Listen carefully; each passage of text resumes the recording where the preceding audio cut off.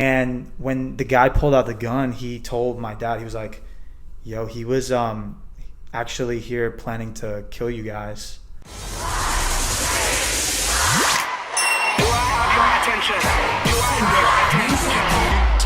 Let's go. Ladies and gentlemen, welcome to the show. What's up, you guys? Welcome to the 1357 podcast. I'm so excited you guys have tuned in and you're listening.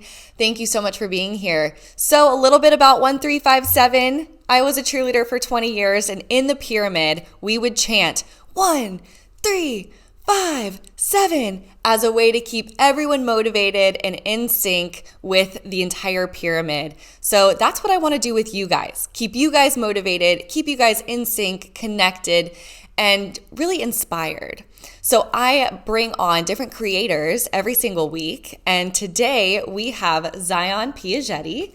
How we doing, y'all? He's a music artist and he's from Brazil, and he has a lot of awesome stories and tips to share with us today. So thank you so much for being here. Thank you for having me on here, Morgan. This is actually pretty awesome.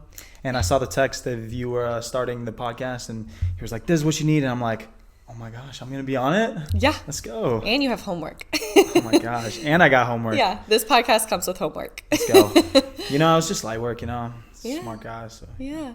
So tell us a little bit about your music, and then we'll get into the 1357 structure. Okay. Yeah. So I like to, obviously I'm a Brazilian producer and I'm an artist, and I like making music that sounds good, like good music. Music that sounds good. Simple enough. What's your I want to genre? inspire people. Oh, my genre.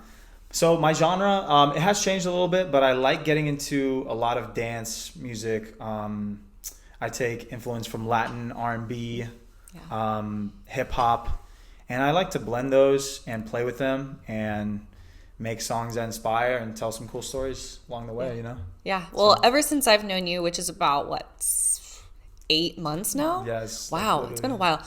Ever since I've known you, I've started listening to your music, and I always have you playing on Spotify when I'm getting ready or driving. So I absolutely love your music, and I can't wait for you to take off and to see how far this music journey takes you.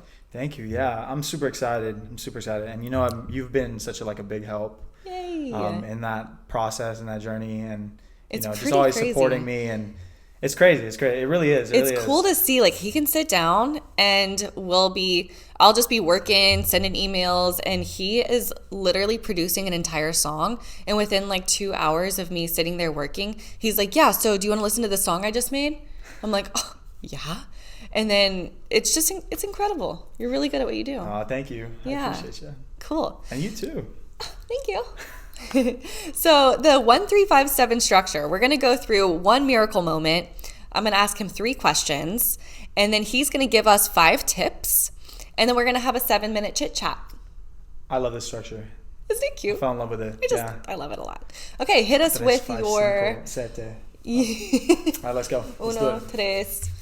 3, 5, 7. For all my, Latin peoples out there, yes. Just got to translate real quick. See. Let's start. Yeah. Okay, hit us with your miracle moment. Guys, miracle moment. So I was living in Brazil. I actually was raised there pretty much all through my teenage years. And there's this really cool story that stuck out to me, really cool miracle moment. And it was at this one time. So my dad, he used to do Bible studies in the favelas. And the favelas is basically like a slum in Brazil. And just really they build shacks, and it's just dirt poor, really, really bad neighborhoods, Mm-hmm. During one of those times, we were out there and we were doing a give back to the community moment. He was teaching a Bible study, and we were giving out food and stuff. And at one point during the study, we had this group of young guys. They were older teenagers, 16 to 20s, And they pulled up, and one of the locals that was there, she told us that, these guys are some of the gang members that were in that whole area. Mm-hmm. And so we were like, okay, yeah, sure. Let them join in the study, right? We finish it. They're kind of sitting there a little standoffish a little bit, kind of got the eyes looking around, a little sketchy looking. But during the end, we started to finish it up the study with like some prayer. And so we started praying, and then everybody got up, kind of like went in a circle. And then as we started in like maybe 5 to 10 seconds into the prayer, the one of the guys, like who seemed to be like the leader, he fell like face first onto the ground. What? Yeah, he just fell, and everybody kind of stopped and we were like, oh, did he pass out? And we were like, whoa, what's going on? And then so we were trying to check up on him, see if he was okay. And then one of his boys came over, and they pulled, he had something like tucked in his back, and so when he went over there to grab it, he pulled out a gun. And he actually was like, first of all his homies, when they saw him drop, they were super freaked out. And when the guy pulled out the gun, he told my dad, he was like, yo, he was actually here planning to kill you guys. And we kind of were like, okay, yeah, you're playing with us, right? You know, it's not true. But we were a little like freaked out. Anyways, he gets up and he starts crying. The guy who fell. What? Yeah, he starts crying, and he starts freaking out. And then he actually, like, my dad started talking to him. We prayed with him, and then he actually admitted himself. He was like, I was actually here to try to come kill you guys, but I just couldn't, like, I couldn't reach for my gun. Like, I felt like something was like stopping me. And as soon as he started praying, I actually fell to the ground. And he ended up being this kid. He was 16 years old, and he had already had like 8-9 homicides already. Like, he was a killer. Wow. Young kid too. And so we spent the rest of the day with them, you know, and just ministering to them. We were freaked out though, like we were like trying to keep it cool. Yeah. But like just the thought of like these kids like were coming in here with the intention of actually trying to kill us, because at this point, like, we were like, our name was kind of spreading around. We would go into the favelas and do this kind of things already, so people knew about us. Your family name? Yeah, our family. Yeah. Wow. We would do that. Towards the end of it, he talked to my dad and was like, my dad died when I was like 3. I never had a dad, and then I fell into like the life of crime and drugs and all that craziness. And he was like, he admitted that he wanted to kill us to prove a point. Just like, you know, no one can just walk into, you know, his territory. There's a lot of drug, gang violence in like that area. That city that we lived in Brazil was called Favellas. Pretty much the city's run by gangs, and they're very territorial and all that. And so, but it was just a wild situation. Like we were meant to be there for that reason. That's incredible. It's crazy.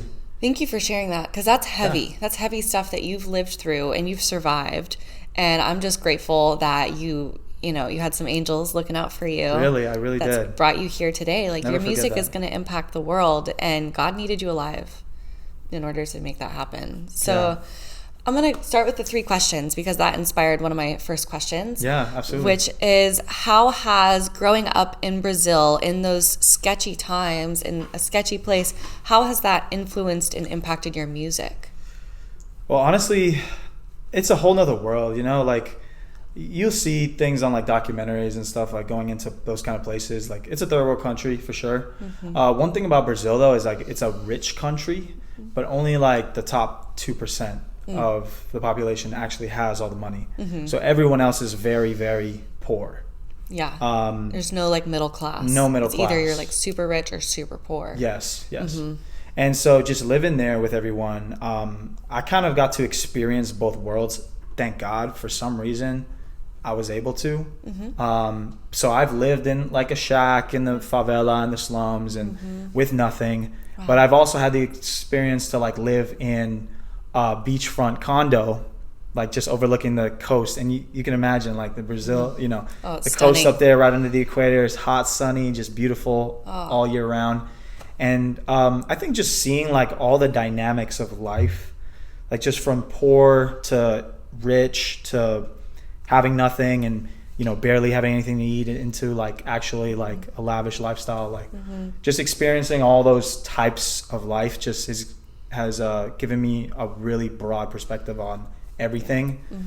And I think that's influenced my music in a way where I can tell stories and actually have an understanding of like different lifestyles. Yes. You know, and that is definitely an impactor of like my storytelling when it comes to creating music. creating the music and the vibes I want people to feel, and the emotions that people go through during those types of things. So And you're the oldest of how many siblings? Oldest is 7. 7. Yes. 7.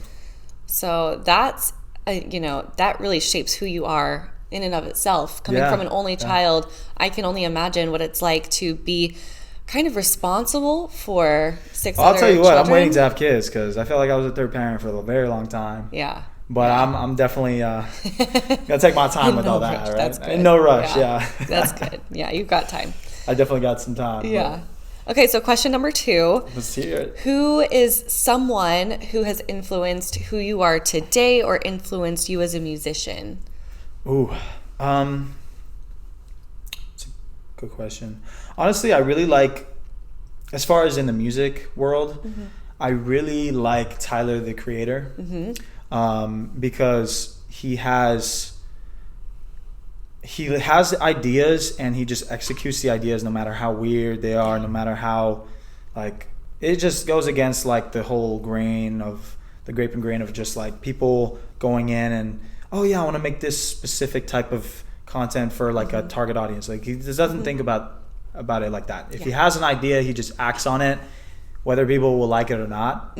Sometimes they do, sometimes they really don't. Yeah. So just like that mentality when it comes to just creating things has been such a really cool inspiration. It's like I have a really fun idea, I want to make that happen, so I just execute it. I love that, and I live by that too. I'm like, even if it keeps me from making the most money, at least I'm doing what I'm passionate about in each moment. At least you're actually doing something. Yeah. I feel like people have like 1,000 ideas and everyone has tons of ideas, but what separates the ideas from an actual achievement is basically just if you're gonna act on it or not, or if you're gonna execute it to the fullest.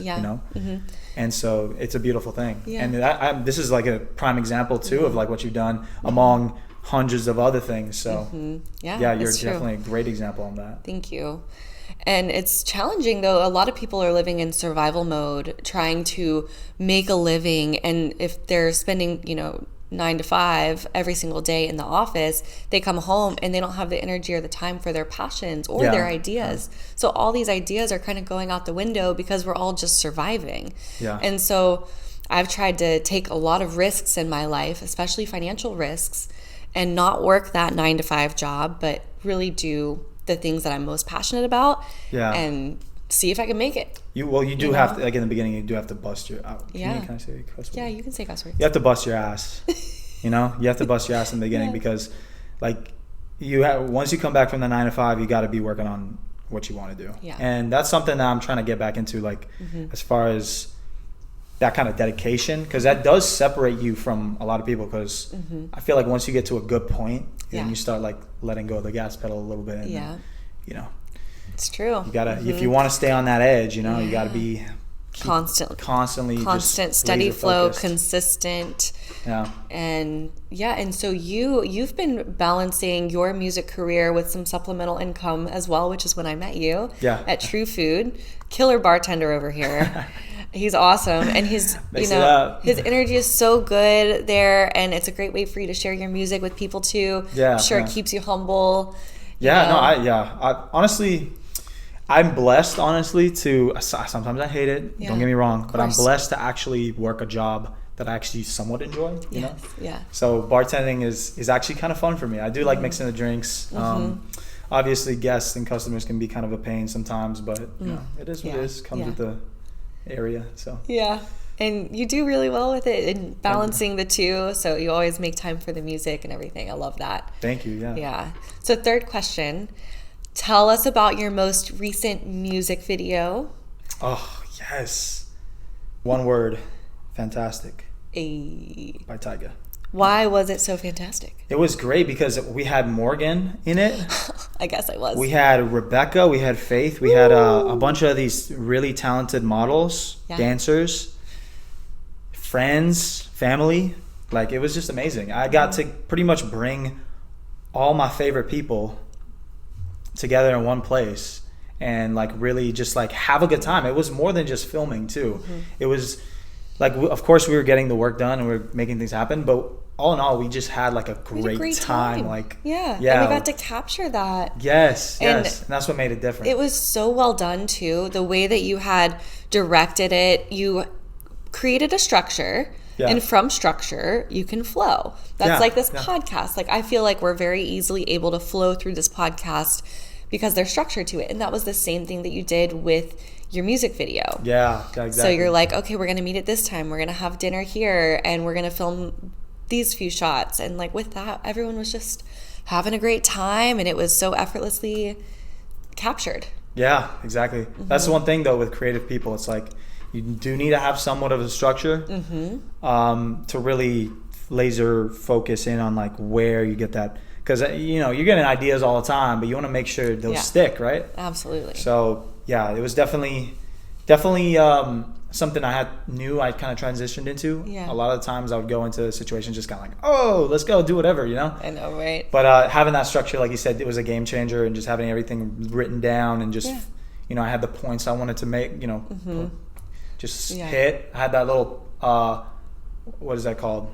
That little checklist, that I had to check off real quick. And then once I got that, then we just let everything else kind of go. Yeah, that was fun. And we danced. You danced. You had like a breakout dance moment in it. Yes, it was so cool. I did a little bit of Chris Brown moves and stuff. He did. Yeah, obviously not as good, but he taught me some moves. You taught me a little like footwork action. Oh yeah, it took me a little while to get that, but we made it happen. Y'all killed that. That was great. So what's the name of the song so that people can go find that song and see the music video? Yeah, so the song's called Okada. It'll be, I guess by the time this is out, it'll be out. Yeah. So we'll see. We'll probably have the link in the bio for you guys. I will absolutely put the link to that music video in the bio. Oh, thank you. For sure. It's such a good song, too. They did fantastic, and it was such a great time like with everyone. Fun. So yeah. Hit me with your 5 tips. All right, guys, 5 tips. I wrote it down. I'm structured today. All right. Number 1 tip I'd say is don't stay comfortable for too long. And what I mean by that is if you want to make some sort of change in life, whether it's, in every endeavor, whatever it is, in whatever area, category, you want to put yourself in an uncomfortable situation so you can learn from it. Because that's the best way our brain, or at least my brain, can really conceptualize or learn and observe like a situation is when I'm in a state of like, I wouldn't say panic, but in a state of where I'm just like, I do not like this. Yeah. But I'm going to put myself out there to really understand it, because when you're in a comfort zone, that's when you're really just enjoying what you've gotten to so far. And it's almost like looking in hindsight of what you've done. So when you're in that comfort zone, it's like, oh yeah, I've achieved this, so I'm just going to enjoy it. Yeah. But if you really want to make something new or bring something about that's going to, any sort of change, definitely want to be out of your comfort zone for that. I love that. Yeah, that's so important. Yourself. And I kind of call that like create your own struggle. Yeah. Or else life's going to create it for you. Yeah, that's a really good point. That's a really good point. I like the way you said that. Like create your own, or else life is gonna. Because life is, it's got its ups and downs. So you gotta be on it. So like I create my own struggle in the gym, or if I go into a cold plunge, that mental fortitude to take out the hesitation of, oh my gosh, this is gonna suck. Oh my gosh, it's gonna be cold. It's gonna hurt. Blah blah blah. Like yes, it is gonna be all those things, but are you gonna focus on those things, or are you just gonna say go? Yeah. Are you just going to say, go, 1, 2, 3, I'm in. And then from there, put yourself in the fire, baby. Yeah. From there, you just experience it and you get through to the other side and you're stronger. Exactly. And it really does change like your whole mindset on a lot of things. And then things that seemed hard in the beginning, they just become way easier. So you can get through life just way easier. Everything's just so much more fun. So, I agree. Yeah. Tip number 2.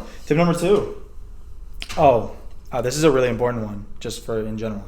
So when I say judge, I don't mean to judge somebody. I mean just like if you want to like learn or just figure out someone.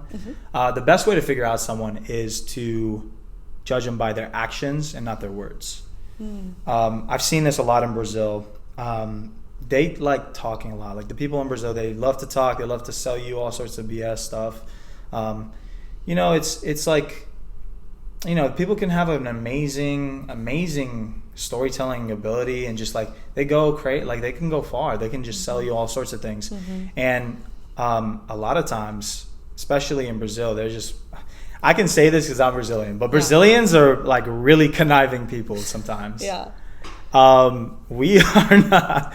It's funny, but especially in the city where I used to live at, like you cannot just go with what anybody says. And I think that's just a good rule in general, and rule of thumb is that if you want to tell like if someone's like a good match for you, or if someone's like, you can really see yourself growing with this person, it's by looking at their actions, because actions will always speak louder, and that's the behaviors and actions that people take is what really like shows off who they are, and their personality and everything.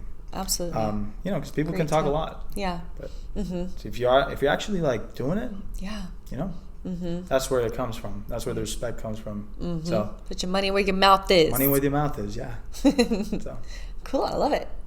Tip number 3. Number 3. Yeah. This is one that I've had to learn work on, because I always wanted to be the guy with the answers, but then I realized slowly that I do not have answers at all. Actually, I'm pretty dumb. Yeah. And so when you go, don't say that. You're not. You're a very wise guy. Right? I appreciate it. But I mean, that came about by just being comfortable with asking questions, even if it makes you look stupid. I can't remember the example, but there was this one time, it was a very simple word, and I had asked somebody about it, and they were like, you really don't know what that means? I'm like, no, I don't actually.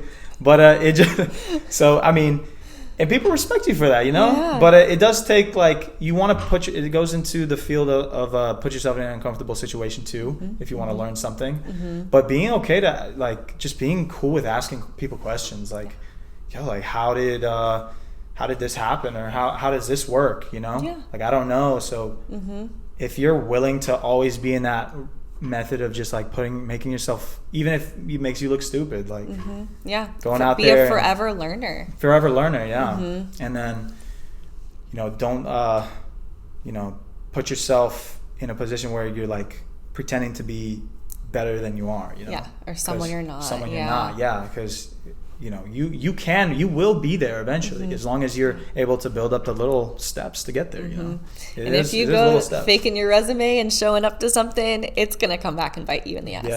It has for me, that's for sure. So, you lied on your resume?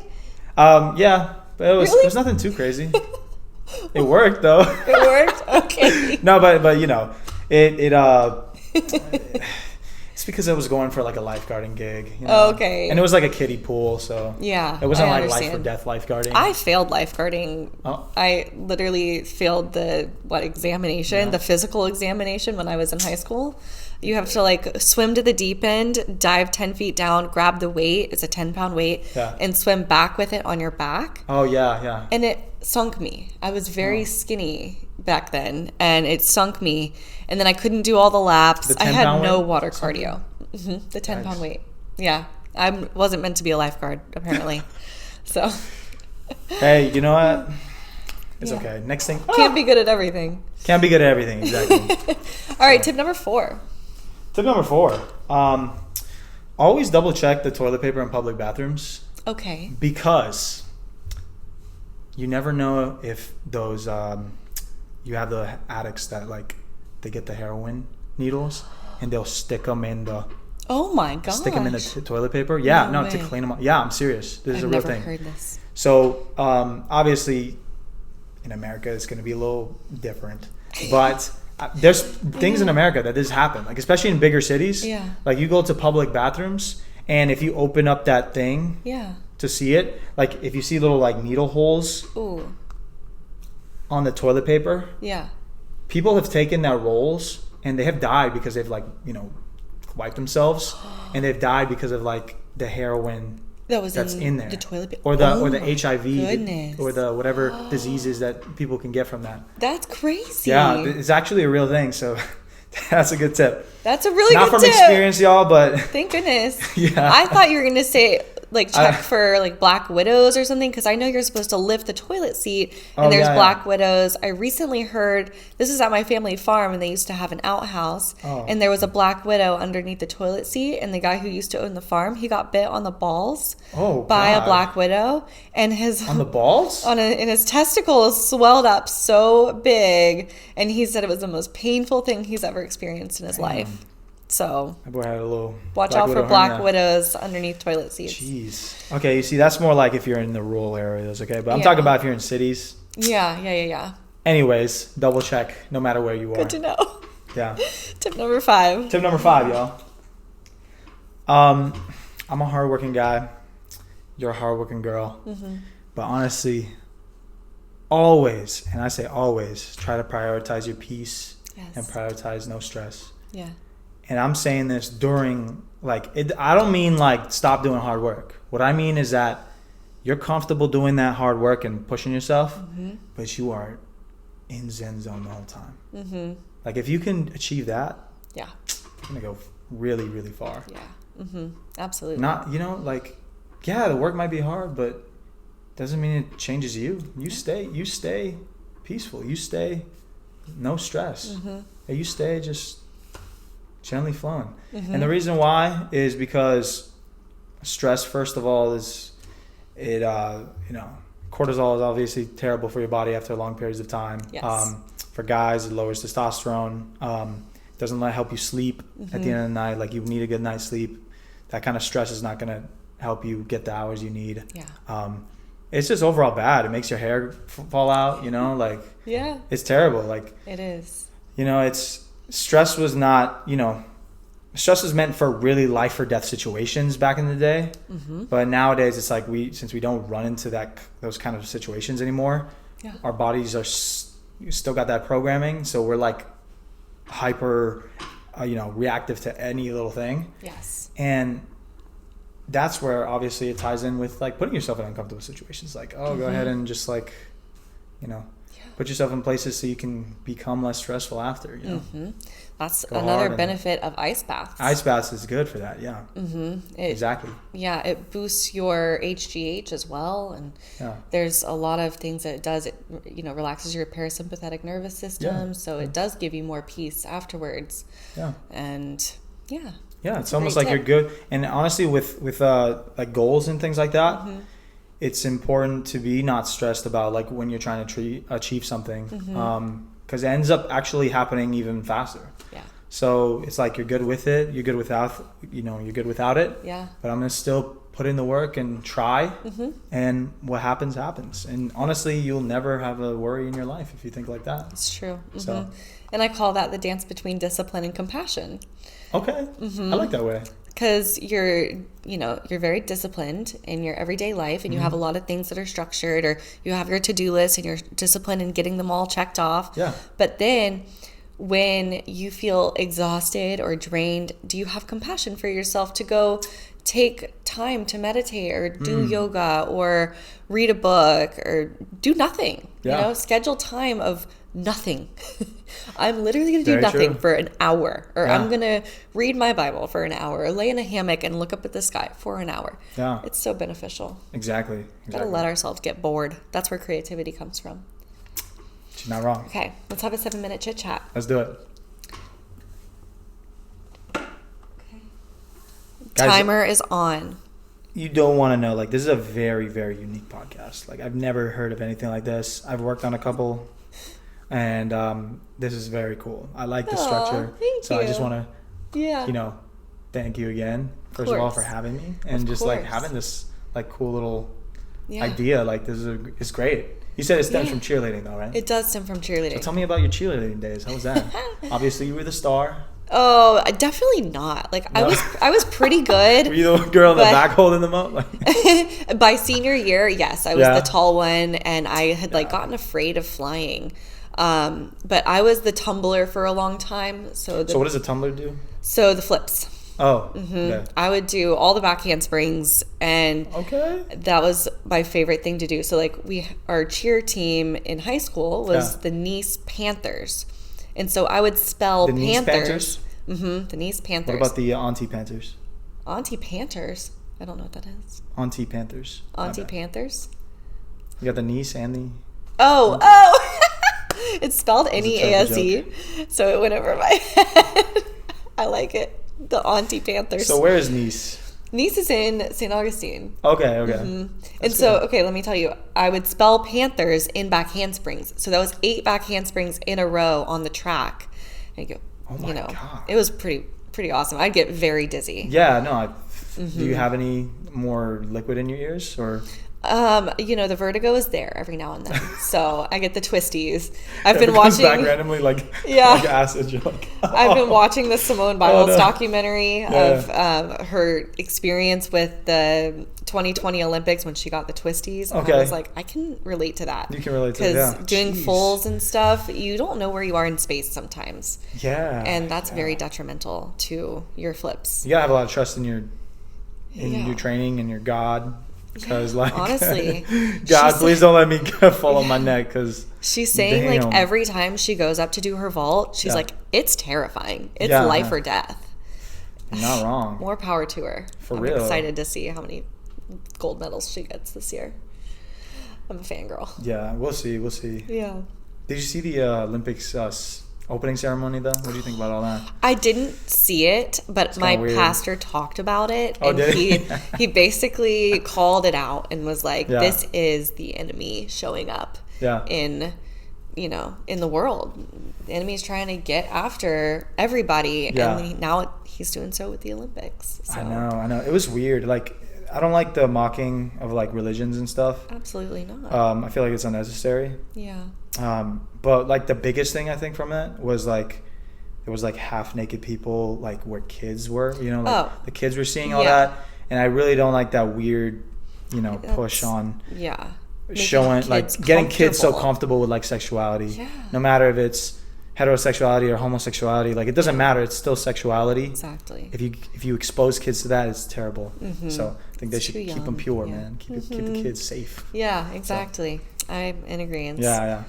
But so far, I mean, it's been fun to watch though. I've seen some cool things. Yeah. I saw this picture one time of like the swimmers coming up to like catching their breath, and it was like the second before they break water tension, and it's actually so cool because it goes like you can see their head like about to come up for breath, but like the water's just like this thin glaze like over them, so they look like donuts. Like glazed donuts, just clearer than glazed, because glazed are a little white. But like it's like perfectly. Tell me about, you have a big project coming up, and I know you can't share too much information about it, but I want to hear what you can tell me. Ooh, so guys, and aren't you moving? I am moving, I'm moving too. Where are you going? Before I go, I'm going to LA. LA? Yeah, going to LA with a buddy of mine. We're gonna pursue our dreams over there, and hopefully not get robbed by all the homeless people over there. But you got them. You can take them. I've seen you fight. We've fought jiu-jitsu before. We did. I still have the dot of Zion. There's still a scar on my foot from when we did jiu-jitsu. Yeah. Oh, I don't know how. That's like. That was a long time ago. That is crazy. Yeah. We were on a rug, and the rug just gave me rug burn on the top of my foot, and it's still there. Did you get rid of the rug? I think it's outside. It's outside? Yeah, okay, yeah. That's not like an inside rug, that's for sure. Yeah. But that's a rough rug. Mm-hmm. That's crazy. Yeah, that is kind of crazy now that I think about it. You still got that. Yeah. Okay, well, anyway, back to your project. My project, yes. That honestly is going to be really, really fun. I'm trying to keep it like really like low key for now. Mm-hmm. Just to keep the purity of it, if that makes sense. Like I just don't want to tell too many people. Absolutely. I want to really keep this like a very personal, like, I made everything on this. I love everything that I made. Mm-hmm. And whether or not people enjoy it or not, I just want to have that out, Yes. Just like a final little mixtape. Your passion project. Yeah. I wanted to make it like a mixtape album thing that I'm just going to release. That's no features, nothing like that. It's just completely just me, and put it out there. And yeah, just for the fun of it and just for the love. I can't And if wait. people love it, then Yeah. it's going to be fun. It's going to be fun. It's going to be like my best work so far. Yeah. So I've loved everything you've created so far. Thank you, So thank you. I cannot wait to hear it. it's going to be great. It's going to be great. I cannot wait to show everybody. Yeah. But yeah, Are you going to be bussing in LA? I'm going to do whatever it takes, you know? Yeah. Bussing, serving, Yeah. bussing it, Bussing it. throwing it back. No, just kidding. We're not throwing it back. No. But we're going to be making it happen. Yeah, we're going to see. We're going to see. I just, honestly, the biggest thing with LA was just for like the connections. So I do want to get into places and just meet people. But I'm not really tied down to anything. Yeah. So I'd love to come back to Jacksonville too. Like, this is a great city. And I believe that this city has like the potential to snowball into something really big, Yeah. especially music event wise and just everything, like just entertainment wise, because there's so many people moving in and there's nothing to do. Yes. Yeah. There's some stuff, but there's nothing to do, you know, like. There's a lot to do. And I think there's a lot to do in Jacksonville, but that's also because I have a lot of roots here. And I know who to call when I want to go have a good time. Yeah, if you're new here though, you need to get Yeah. with the right people, which Yeah. is obviously Morgan. She knows everybody. So. And Becca. And Becca, yeah. They will get you connected to everyone here. So Yeah. Okay, Besides that, 7 man. minutes up. No more talking. I'm just kidding. Zion, thank you so much. This is an awesome podcast. yeah, Morgan, thank you for having me. This is so much fun. I love this stuff. Yay. I Yeah. cannot wait to see this channel grow and just everything kind of just I can't spiral wait to on see from here. your music take off. I Yeah, hope we're that this going to the can top. benefit you and get you more listeners because your music is awesome. And I think more people need to hear it. Hell yeah. Hell Yeah. yeah. Yeah, Awesome. we're all going to grow. We're all going up We are. from here. So Absolutely. let's do it. Thank you guys so much for tuning in to the 1357 podcast. Don't forget to like, subscribe, comment, share your thoughts in the comments, share your tips, any questions that you want to hear, and go listen to Zion's music. Also, if you're interested in being a creator on the podcast and being a guest, don't forget to email 1357.pod@gmail.com and we'll get you on as a guest on the podcast, whether you're in studio or virtual, we'll figure it out. So thank you so much. My name's Morgan Young, and I'll see you in the next episode. See y'all Peace. next time.